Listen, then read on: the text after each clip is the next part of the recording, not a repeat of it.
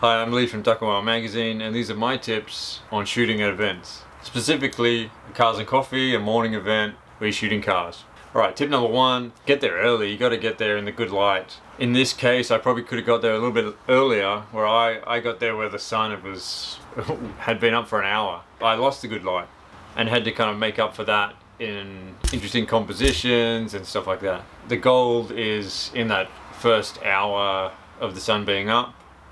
You have to think of when the sun is actually going to break the horizon, and then where is your venue in relation to that. Like, is it going to be another half an hour before the sun actually comes over the trees, but the good light is obviously in the morning, at dawn, the first hour.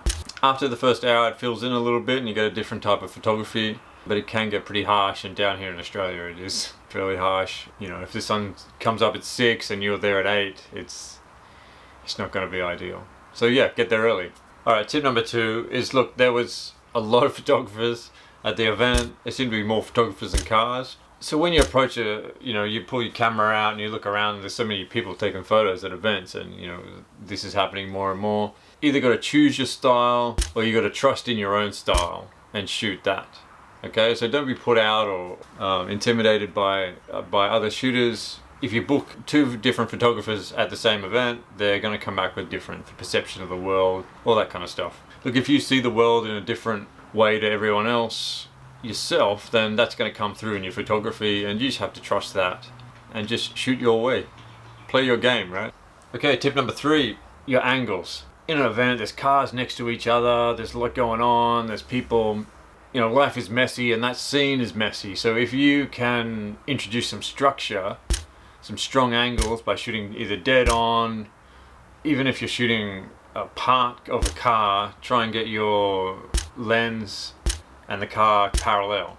If you can bring some order through your lens, then your photography is going to stand out at that event. To start with, so I do this to start with. I shoot 2 different ways. I'll lock off the angles that I want. It's almost like a shot list when you're on a job, where you want to get the front, the rear, the side, front 3/4, rear 3/4, and in different ways, moving, static. So if you lock off those things to start with and walk around and shoot those things, and then once you've got them in the bag, you're freed up to do more artistic stuff. Don't shoot like 10-degree angles on cars where you're not at 45, you're not dead straight in front.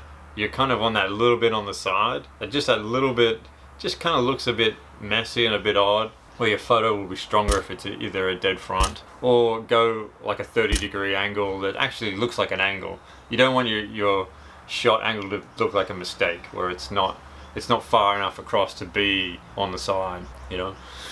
That's what I think. It's my opinion. Again, okay, people. Tip number 4 is people.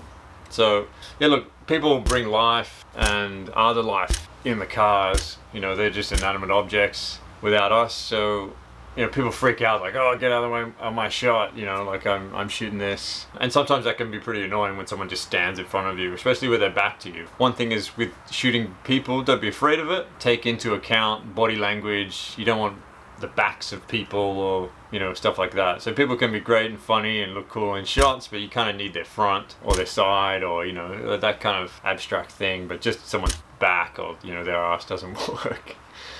I think people add an element to shoots, and especially at events, if you feel like shooters are getting the same shot, then your shot of a person with the car in the background going to stand out. Sometimes I just shoot landscapes with cars in the background, so you can also just shoot portraits with cars in the background to give your photography a different look. Yeah, look, so that's my tips.